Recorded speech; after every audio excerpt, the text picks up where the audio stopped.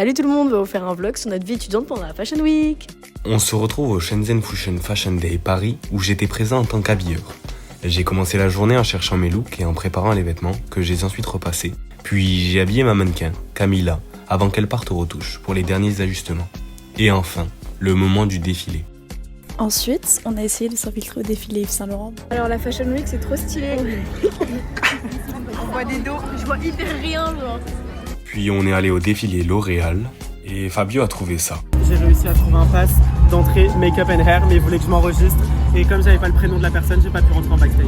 Le lendemain, direction l'événement de l'IAS à la watch party de Courrèges. Ouais, On est où Fabio, on est où on est chez Balmain.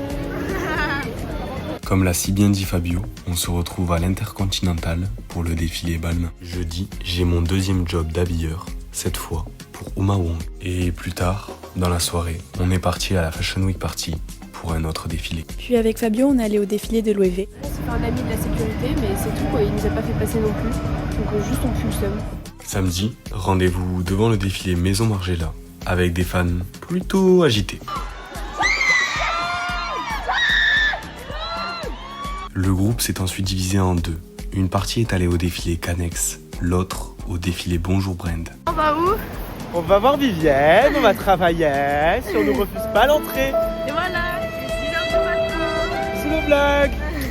De retour à la watch party de l'IAS, cette fois pour Balenciaga. Dimanche, rendez-vous à l'hôtel Shangri-La Paris pour un défilé organisé par la Fashion Week Studio. Et pour finir en beauté, la watch party du tant attendu défilé Chanel. Et toi, c'est quoi ta vision de la mode? Aujourd'hui, pour moi, la vision de la mode, c'est quelque chose de très pur. Je trouve que c'est de plus en plus sobre comparé à avant où c'était plus extravagant. Un monde où tout le monde ose. Ma vision de la mode, c'est qu'on en a vraiment besoin parce que c'est une part de futilité qui nous est complètement retirée dans le monde. Ben, on dit une expression, l'habit ne fait pas le moine. C'est ça. Oui. Mais l'habit fait le moine du coup. Et du coup, tu es plutôt pour les grandes maisons ou pour les créateurs émergents? Je suis plutôt pour les petits créateurs. Je trouve qu'en tout cas, c'est là-bas qu'on retrouve vraiment une identité forte et une vraie naissance aujourd'hui de la nouvelle mode qui arrive dans les prochaines années. J'en fais pour les designers émergents parce qu'ils ont cette fougue, cette envie de tout casser, de casser les codes.